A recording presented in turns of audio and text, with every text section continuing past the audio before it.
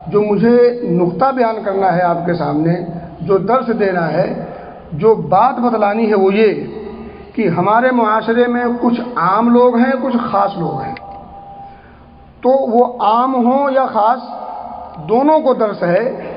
البتہ یہ بات ذہن میں رہے کہ عام ہو یا خاص، اس میں بہت سارے لوگ اچھے بھی ہوتے ہیں۔ ایسا نہیں کہ پورا معاشرہ عام کا ہو یا خاص کا سب برے ہوتے ہیں، ایسا ہرگز نہیں ہوتا۔ ہر معاشرے میں، چاہے وہ عوام کا ہو یا خواص کا، ہر معاشرے میں اچھے برے ہوتے ہیں۔ ہاں، یہ ممکن ہے کہ کچھ لوگوں میں اچھے زیادہ ہوں اور کچھ لوگوں میں برے زیادہ ہوں، لیکن بہرحال اچھے اور برے دونوں کا امتزاج ہے، دونوں کے ملاپ سے معاشرہ چل رہا ہے۔ اور ظاہر سی بات ہے، جب معاشرے کے اندر اچھے لوگ ہوں گے نہیں تو پھر اس دھرتی کی، اس روئے زمین کی ضرورت بھی باقی نہیں رہے گی۔ تو یہ دھرتی باقی ہے تو یہ دلیل ہے اس بات کی کہ ابھی اچھے لوگ ہیں۔ تو کہنے کی بات یہ ہے کہ مجھے عوام سے بھی مال کے، حلال مال کے استعمال اور حرام مال سے بچاؤ پر ترغیب دینی ہے، وہیں خواص کو بھی۔ میرے بھائی، میں نے پچھلی خطبہ جمعہ میں یہ بات بھی بتائی تھی کہ ہم میں کا ہر شخص ذمہ دار ہے، ہر شخص ذمہ دار ہے، اور ہر ایک کی ذمہ داریاں الگ الگ ہیں، بٹی ہوئی ہیں۔ چند لوگوں کا تذکرہ نبی پاک نے اس حدیث پاک میں کیا تھا، وہ میں نے آپ کے سامنے پچھلے خطبہ جمعہ میں رکھ دیا۔ تو بتانا یہ ہے کہ ذمہ دار جب کہا جائے تو عام طور پر لوگوں کا ذہن دینی اور مذہبی ذمہ داروں کی طرف جاتا ہے۔ میں اسی پر تھوڑی سی گفتگو کروں گا کہ ذمہ دار جب بولا جائے تو عام طور پر لوگوں کا ذہن جاتا ہے کس طرف؟ جو دینی اور مذہبی ذمہ دار ہوں ان کی طرف جاتا ہے۔ تو میں تھوڑی سی گفتگو ادھر بھی کروں گا۔ بہرحال اب سرسری طور پر جانتے چلیں وہ واقعہ جو صحیح بخاری کے اندر موجود ہے اور بلکہ صحیح مسلم کے اندر بھی ہے، اور وہ واقعہ یہ ہے کہ ابو حمید الساعدی رضی اللہ تعالیٰ عنہ فرماتے ہیں کہ نبی اکرم صلی اللہ علیہ وسلم نے اب ایک آدمی کو جو قبیلہ ازد کا تھا اور ابن لطبیہ کے نام سے مشہور اور معروف تھا، اسے عامل بنا کر کے بھیجا قبیلہ بنو سلیم کے اندر زکوٰۃ و صدقات کے مال کو اصول کرنے کے لیے۔ یعنی گویا کہ نبی پاک نے وکیل بنا کر کے بھیجا کہ جاؤ فلاں قبیلے میں، وہاں سے مال حاصل کر کے اصول کر کے لے آؤ۔ جب وہ جاتے ہیں وہاں سے مال اصول کرتے ہیں اور واپس آتے ہیں، جب واپس پہنچتے ہیں نبی پاک صلی اللہ علیہ وسلم کی خدمت میں تو نبی پاک صلی اللہ علیہ وسلم ان سے حساب لیتے ہیں۔ میں نے اس سے گفتگو کیا تھا کہ حساب لینا یہ کوئی عیب نہیں ہے اور حساب دینا بھی عیب نہیں، بلکہ یہ دونوں چیزیں ضروری ہیں۔ بشرح صدر خوش دلی کے ساتھ ہمیں حساب لینا بھی چاہیے۔ حساب لینا یہ ذمہ داری ہے اور دینا بھی ذمہ داری ہے، تو ذمہ داری سمجھ کر ہنستے ہوئے خوش دلی کے ساتھ حساب لینا اور حساب دینا دونوں ضروری ہے، اور دونوں میں اپنا کردار ادا کرنا چاہیے۔ لوگ اس کو پتہ نہیں کیوں برا سمجھتے ہیں، اپنی توہین سمجھتے ہیں اور اپنی ہتک سمجھتے ہیں۔ اس میں کوئی انسلٹ نہیں ہے، لیکن پتہ نہیں یہ خام خیالی لوگوں کے اندر پائی جاتی ہے۔ بہرحال جب حساب ہوا تو حساب دیتے ہوئے انہوں نے کچھ مال سائڈ کیا، کہا یہ مال وہ ہے جو آپ کا ہے اور یہ مال وہ ہے جو میرا ہدیہ ہے، مجھے بطور ہدیہ وہاں کے لوگوں نے پیش کیا ہے۔ نبی اکرم صلی اللہ علیہ وسلم نے جب یہ گفتگو سنی اس کی کہ یہ میرا ہے اور یہ آپ کا، تو آپ برہم ہوئے، غصہ ہوئے، اور فطری بات تھی کہ آپ نے عامل بنایا ہے، آپ نے وکیل بنایا ہے جا کر کے مال وصول کرنے کا، اور جب وصول کر کے آتا ہے آدمی تو کیا کہتا ہے یہ میرا ہے یہ آپ کا۔ تو آپ نے فرمایا کہ تم اپنے ماں باپ کے گھر بیٹھے رہتے اور جب وہاں تمہارا ہدیہ تمہارے پاس پہنچتا تب بات سمجھ میں آتی ہے، تب بات کچھ معقول لگتی ہے۔ نبی کا قاصد بن کر کے جا رہے ہو اور مسلمانوں کے مال کو وصول کرنے جا رہے ہو اور عامل مسلمان کے ہو اور ہدیہ تمہیں مل رہا ہے، ہدیہ تمہیں مل رہا ہے۔ فَهَلَّا جَلَسْتَ فِي بَيْتِ أَبِيكَ وَأُمِّكَ حَتَّى تَأْتِيَكَ هَدِيَّتُكَ إِن كُنتَ صَادِقًا۔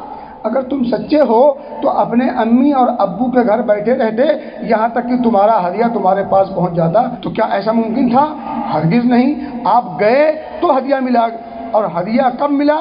آپ نبی کے قاصد تھے، آپ مسلمانوں کے بیت المال کے مال کو وصول کرنے کی حیثیت سے گئے تھے، آپ ایز ایک کامن انسان اگر گئے ہوتے تب آپ کو ہدیہ ملتا، تب بات سمجھ میں آتی، پھر آپ کا اس پر حق بھی بنتا، لیکن آپ کامن اور عام انسان بن کے نہیں بلکہ نبی کا قاصد بن کے گئے تھے۔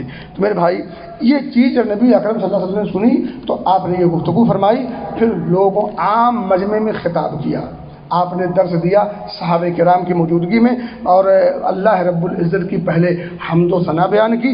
حمد و ثنا کے بعد آپ فرماتے ہیں کہ فَإِنِّ اسْتَعْمِلُ الرَّجُلَ مِنْكُمْ عَلَى الْعَمَلِ مِمَّا وَلَّانِيَ اللَّهُ، میں تم میں سے کسی شخص کو اس کام پر بھیجتا ہوں، اس کام کا مکلف ٹھہراتا ہوں اور وہ کام دیتا ہوں جس کام کو اللہ نے مجھے دیا ہے، یعنی جو کام اللہ رب العزت نے مجھے سونپا ہے وہ کام میں تم میں سے کسی کو اگر کبھی سونپ دیتا ہوں اور پھر جب وہ واپس آتا ہے فیاتی فیقول ہذا مالکم وہذا ہدیہ، اور واپس آ کے کہتا ہے کہ یہ آپ کا مال اور یہ میرا ہدیہ ہے، یعنی آپ برہم ہیں، آپ اندازہ کیجیے جملے کا، اور پھر وہ کیفیت آپ سمجھیے کہ کتنا آپ غصے میں رہے ہوں گے، اور یہ جو جملہ بڑا سخت ہے کہ وہ کام اس کام پر میں معمول کر رہا ہوں جس کام پر مجھے اللہ نے معمول کیا ہے، اور وہ کام جب کر کے انسان آتا ہے تو بعد میں بٹوارا کرتا ہے اور تقسیم کر دیتا، کہتا ہے یہ میرا ہے اور یہ آپ کا ہے۔ پھر آپ نے وہی گفتگو فرمائی کہ افلا جلس فی بیت ابیہ و امہ حتی تأتیہ ہدیتہ، کہ وہ اپنے ماں باپ کے گھر میں کیوں نہیں بیٹھا رہا یہاں تک کہ اس کا ہدیہ اس کے پاس آ گیا۔ یعنی گویا کہ ایسا نہیں ہوتا کہ ماں باپ کے گھر میں بیٹھا ہو، اپنے گھر میں اپنے روم میں بیٹھا ہو اور اس کا ہدیہ چل کر کے یا ہدیہ دینے والا خود آ کر کے اس کے گھر دے جائے، ایسا نہیں ہوتا۔ تو ایسا اس نے کیوں نہیں کیا؟ اور یہ جو گفتگو آپ نے فرمائی یہاں تک تو آپ نے سمجھ لی، لیکن آگے جو جملہ آپ نے فرمایا ہے وہ ذرا قابل غور ہے، یہی غور کرنا ہے۔ ایک انسان اللہ کے رسول صلی اللہ علیہ وسلم کے حکم سے دینی کام کرنے گیا ہوا ہے، دینی کا کام ہے، مسلمانوں کا کام ہے، مسلمانوں کے امور کی انجام دہی کی خاطر نبی کے حکم سے گیا ہے اور وہاں سے اسے ہدیہ ملتا ہے، وہ ہدیہ اس شخص کے لیے جائز نہیں۔ اب یہی رک کے سوچیے تھوڑا سا، اگر وہ ہدیہ اس شخص کے لیے جائز نہیں اور اس ہدیے پر آپ صلی اللہ علیہ وسلم نے کتنی سخت گرفت کی ہے اور کیا کچھ وعیدیں سنائی ہیں، اب آپ کو آگے سناؤں گا وہ سخت وعیدیں، اور حالانکہ وہ ہدیہ تھا۔ اب یہیں رک کر کے ہمیں سوچنا ہے کہ اگر ہم نجی کام کو کر رہے ہوں، اپنے ذاتی کام کر رہے ہوں، دنیاوی کام کر رہے ہوں، تو پھر حرام طریقے سے حاصل کیے ہوئے مال کی گنجائش کس حد تک ہے، یہ فیصلہ ہمیں کرنا ہے۔ اس واقعے سے ہمیں یہ درس لینا ہے کہ نبی کے حکم سے جانے والا شخص دین کام کر رہا ہو اور وہاں سے ہدیہ حاصل کر کے اس ہدیے کو اگر وہ خود استعمال نہیں کر سکتا، اس کے لیے جائز اور مناسب اور حلال نہیں، تو پھر ہم دنیاوی امور میں رہ کر کے اگر حرام طریقے سے مال حاصل کریں تو وہ ہمارے لیے جائز کیوں کر ہو سکتا؟ یہ سوال ہم نے کہا ہر شخص اپنے آپ سے پوچھے، عام بھی پوچھے، خاص بھی پوچھے، علماء برادری بھی پوچھے اور عوام بھی پوچھے اپنے آپ سے کہ بتائیں عام انداز سے حاصل کیا ہوا مال اور وہ بھی ناجائز طریقہ ہو، ہڑپ ہو، کسی کو دھوکہ دے کر کے کیا گیا ہو، اور جو جتنے ناجائز طریقے اور وسائل اور ذرائع ہیں ان وسائل و ذرائع کو اپنا کر کے اگر ہم نے اور آپ نے مال حاصل کیا ہو تو اس کے جواز کی گنجائش کہاں ہو سکتی ہے، کس حد تک ہو سکتی ہے؟ آگے سنیں، نبی اکرم صلی اللہ علیہ وسلم فرماتے ہیں واللہ، قسم کھا رہے ہیں آپ اللہ کی، لا یأخذ احد منکم شیئا بغیر حقہ الا لقی اللہ یحملہ یوم القیامہ، اللہ کی قسم ہے تم میں سے کوئی شخص بغیر حق کے معمولی چیز بھی اگر لے لیتا ہے، سنیے گا، شیئن بغیر حق ہی، شیئن معمولی، ادنا ترین شے، آپ ذرہ بھی کہہ لیں، معمولی چیز بھی اگر کوئی شخص بغیر حق ہی، جس پر اس کا حق نہ ہو، بغیر حق کے اگر کسی شخص نے تم میں سے، مخاطب کون تھے؟ صحابہ.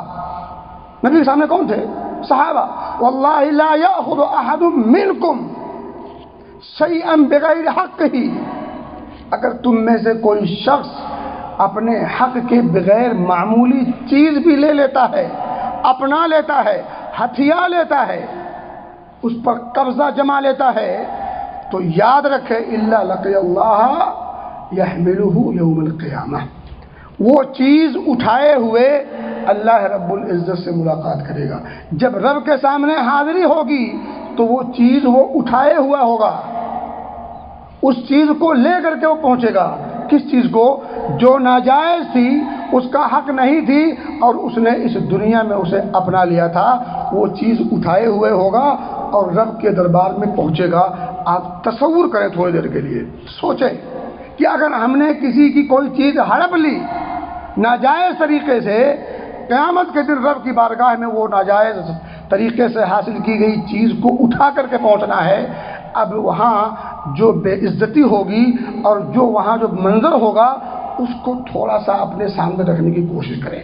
میرے بھائی آگے آپ فرماتے ہیں فَلَأَعْرِفَنَّ أَحَدًا مِّنْكُمْ لَقِيَ اللَّهَ يَحْمِلُ بَعِيرًا لَهُ رُغَاءٌ أَوْ بَقَرَةً لَهُ خُوَارٌ أَوْ شَاةً تَيْعَرُ، یعنی میں تم میں سے اس شخص کو وہاں جانوں گا، پہچانوں گا. وہ اللہ سے ملاقات کرے گا تو وہ اونٹ کو اٹھائے ہوئے ہوگا. اونٹ، کیمل، اونٹ کو اٹھا، یحمل بعیرا، اور وہ اونٹ چیخ رہا ہوگا، آواز نکال رہا ہوگا. آواز نکالتا ہوا اونٹ انسان اٹھا کر کے اللہ سے ملاقات کرے گا.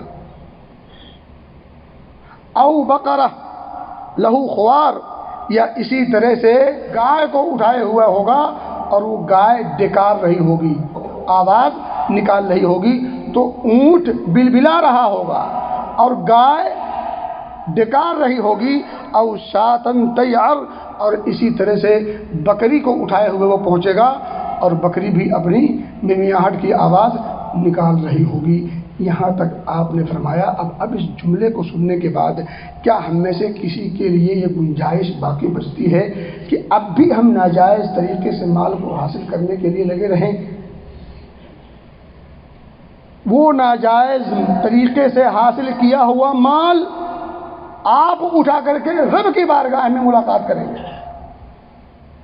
سچویشن دیکھیں آپ.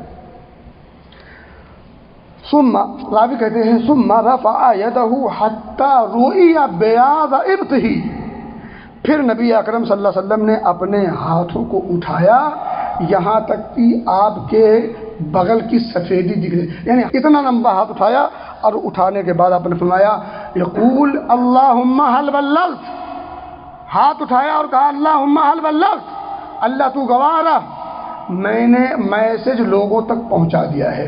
اب ان کی ذمہ داری ہے، بچیں حرام سے، اپنائیں حلال، یا ان کا اپنا عمل، اپنا نتیجہ اور اپنا انجام ہوگا. میرے بھائی دوستو، یہ حدیث سنانے کے بعد راوی کہتے ہیں کہ بصر عینی وسمع اذنی، میں نے اپنی آنکھوں سے دیکھا ہے یہ سارا منظر اور اپنے کانوں سے سنا ہے یہ ساری باتیں. راوی حدیث ابو حمید الساعدی کہتے ہیں رضی اللہ عنہ.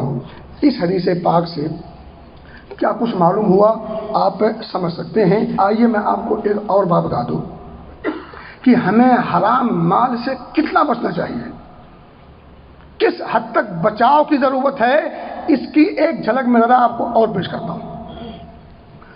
حضرت عمر بن عبد العزیز رحمۃ اللہ علیہ بڑے معروف اور مشہور ہیں. یہ ایک مرتبہ بیت المال میں بیت المال کی زیارت کے لیے جاتے ہیں، دیکھ بھال کے لیے. بیت المال کے اندر گھستے ہیں عمر بن عبد العزیز رحمۃ اللہ علیہ. گھستے ہی ان کی ناک میں خوشبو آتی ہے. سوچیں، خوشبو ہے تو مہکے گی، اور جو بھی ادھر سے گزرے گا، آئے گا، جائے گا، اس کی ناک میں پہنچے گی. خوشبو ہے نا، اس کو تو نہیں روک سکتے. لیکن کمال احتیاط کا اندازہ کیجئے، فسد انفہ، وہ خوشبو سونگھنے نہیں گئے تھے، ان کے آنے کی وجہ سے خوشبو نہیں کھولی گئی تھی، خوشبو تھی بیت المال میں، تو وہ ہونے کی وجہ سے خوشبو پھوٹ رہی تھی۔ جب وہ بیت المال میں گھستے ہیں تو وہ خوشبو ان کی ناک کے ذریعے سے انہیں محسوس ہوئی، تو انہوں نے اپنی ناک بند کر لی۔ وہاں موجود لوگوں نے پوچھا قالوا ما لک،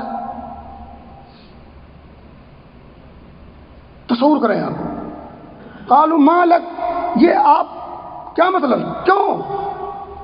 اب جو جملہ کہا ہے انہوں نے ذرا اس کو غور کریں، سونگتے کھڑے ہو جاتے ہیں۔ آپ نے فرمایا اخشا، مجھے ڈر ہے، مجھے اندیشہ ہے، مجھے خوف لگتا ہے، کس بات کا؟ ان یسألنی اللہ عز وجل یوم القیامہ، مجھے ڈر ہے کہ کہیں اللہ رب العزت قیامت کے دن مجھ سے پوچھ نہ لے۔ کیا پوچھ لے؟ لما شممت طیب المسلمین فی بیت المال، بیت المال کے اندر موجود رکھی خوشبو کو سونگھا تم نے کیوں؟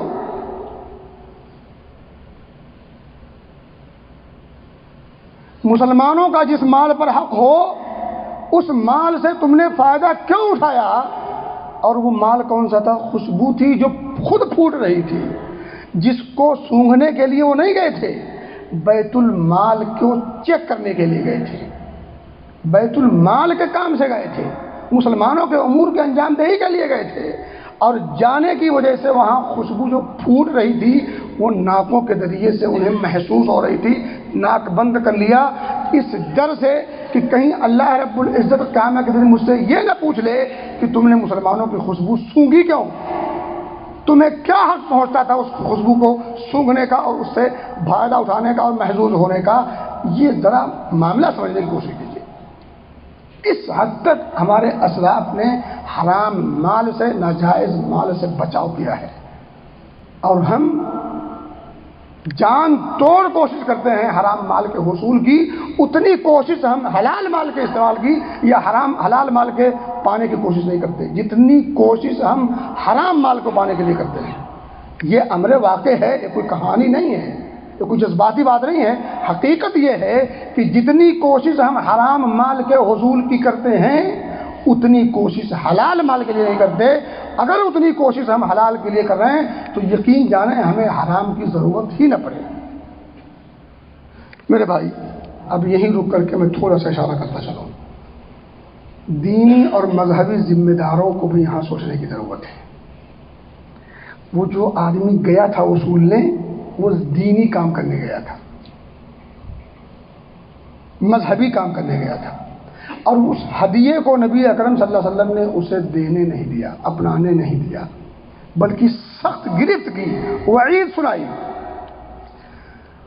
میں سب کی بات نہیں کرتا، کچھ ایسے ہیں جو دین کے نام پہ، مذہب کے نام پہ، اسلام کے نام پہ، خدمت کے نام پہ، پتہ نہیں کس کس نام پہ پیسے وصولتے ہیں اور ہڑپ جاتے ہیں، ڈکال بھی نہیں لیتے، کچھ ہیں، سب نہیں۔ ایسے لوگ اگر ہمارے ماحول اور معاشرے میں ہمیں دکھتے ہیں تو ہم اگر کچھ بولتے بھی ہیں تو پیٹھ پیچھے، سامنے نہیں، وہ ایک الگ مسئلہ ہے۔ میں دوسرے سائڈ آ رہا ہوں، کچھ لوگ یہ کہتے چلو کچھ تو کام ہو رہا ہے، کچھ تو خدمت ہو رہی ہے، کچھ تو امت کے طلباء کی پڑھائی کا انتظام یا امت کے غریب نادار لوگوں کا انتظام ہو رہا ہے، چلو کچھ تو ہو رہا ہے، اگر وہ کچھ کھا پی رہا ہے، اپنا بھی بنا رہا ہے، کچھ تو کر رہا ہے۔ میں کہتا ہوں اس کا جواب اگر ہمیں چاہیے، یہ پہلی بات تو یہ سوچ غیر اسلامی ہے، یہ سوچ کر کے چھوڑ دینا کہ وہ غبن کر رہا ہے، وہ غبن کر رہا ہے لیکن کچھ کام بھی تو کر رہا ہے، یہ سوچ کر کے اس کی طرف سے نگاہیں موڑ لینا اور اس سے بے پرواہ ہو جانا۔ میں اس کی پہلے ایک مثال دے دوں، دلیل بعد بھی دے دوں گا۔ اگر آپ کی اپنی ذاتی کوئی کمپنی ہو اور ایک آدمی اس میں کام کرتا ہو، بڑے عہدے اور پوسٹ پر ہو، اور وہ چوری کرتا ہو اور آپ نے دیکھ لیا ہو آپ کے پاس پروف ہو تو کیا آپ اس کو چھوڑ دو گے یہ کہہ کر کے کہ چلو غبن تو کر رہا ہے، چوری تو کر رہا ہے، لیکن کچھ کام بھی تو کر رہا ہے، چھوڑ دو گے اس کو؟ ایک سیکنڈ نہیں لگے گا رسٹیکیٹ کرنے میں اس کو حساب کتاب دینا تو بہت دور، لات جوتا گھونسے سے اس کا استقبال ہوگا، فوراً سے پیسٹر اسے اس کا اخراج کیا جائے گا، اسے بھگا دیا جائے گا۔ آپ اپنی کمپنی کے ساتھ ایسا ویوہار اور رب کی کمپنی کے ساتھ یہ دوگنی پالیسی، یہ سوچ بالکل غیر اسلامی سوچ ہے، غیر شرعی ہے۔ اس ہدیے والا واقعہ سامنے رکھیے، ہے گنجائش اس کو چھوڑ دینے کی؟ ہرگز نہیں۔ دوسری بات، سوچتے کہ چلو کچھ تو ہو رہا ہے، بھائی دین اللہ رب العزت کا ہے، اس کی حفاظت، اس کی صیانت، اس کی دیکھ بھال اس کی ذمہ داری ہے۔ وہ اپنے دین کی رکھوالی جس سے چاہے اس سے لے لے، ضروری ہے اسی سے لے جو چوری کر رہا ہے، وہ محتاج ہے ہمارا، وہ پتہ نہیں کس کس سے اپنے دین کی خدمت لے لیتا ہے۔ کئی واقعے میرے سامنے ہیں، لیکن بہرحال میں نہیں جانا چاہتا، ایک واقعے تک میں اشارہ کر دوں۔ ابرہہ جب کعبہ کو ڈھانے چلا، مکہ پہنچ گیا، آ رہا تھا کعبہ کو ڈھانے کے لیے، مسمار کرنے کے لیے، گرانے کے لیے، عبدالمطلب اس کے پاس پہنچے، کہا یہ اونٹ میرے ہیں، خلاصہ اونٹ میرے ہیں، میرے اونٹ واپس کرو، اس کو تم نے کیوں قبضہ کر لیا ہے؟ اس کو تم کیوں ہڑپ رہے ہو؟ تم آئے ہو مکہ کعبہ کو ڈھانے کے لیے، تو مکہ والوں کے اونٹ کی تمہیں کیا ضرورت ہے؟ کیوں تم ان پر قبضہ کر رہے ہو؟ اونٹ مکہ والوں کے ہیں، ان کو واپس کرو، یہ اونٹ ہمارے ہیں، ہمیں واپس دو۔ رہی بات کعبہ کی، جس کا کعبہ ہے اس کی رکھوالی کرنے کا، جس کا کعبہ ہے اس کی رکھوالی ہوئی کہ نہیں ہوئی؟ نانی یاد آ گئی؟ تو اللہ رب العزت اپنے دین کی حفاظت کا اچھی طرح سے کرتا ہے۔ ایک حدیث کا ایک ٹکڑا ہے، وَأَنَّ اللَّهَ يُؤَيِّدُ هَذَا الدِّينَ بِالرَّجُلِ الْفَاجِرِ، اللہ اپنے اس دین کی تائید، اپنے اس دین کی حفاظت فاسق و فاجر انسان سے بھی کروا لیتا ہے۔ اور وہ شعر آپ نے سنا ہوگا، ہے آیا یور سے تاتار کے افسانوں سے، پاسباں مل گئے کعبے کو صنم خانے سے۔ تو میرے بھائی میرے دوست، پہلی بات تو یہ ہے کہ ناجائز اور حلال مال میں تمیز پیدا کریں، حرام سے مکمل بچیں، حلال کی حاصل کرنے کی پوری کوشش کریں، اور حرام کرتا ہوا دین کے نام پر، مذہب کے نام پر اگر کوئی کرے تو اپنی اس گاڑی کمائی کو جو آپ نے مذہب کے نام پر اسے دیا ہے، ایسے اسے ضائع اور برباد نہ ہونے دیں۔ اس کا مطلب نہیں کہ بھرے بازار میں پکڑ کر لگیں جوتا مارنے۔ ہر چیز کا ایک اصول ہوتا ہے، ایک ادب ہوتا ہے، ایک سسٹم ہوتا ہے، ایک نظام ہوتا ہے۔ اس کو نظام کے انداز میں، سسٹم کے حساب سے، اخلاق و ادب کو ملحوظ رکھتے ہوئے اس کی منظم اور سنجیدہ کوشش کرنے کی ضرورت ہے۔ اللہ ہمیں سمجھ کی توفیق دے اور عمل کی توفیق دے، رزق حلال کے حصول کی توفیق دے، رزق حرام سے بچنے کی توفیق دے، آمین۔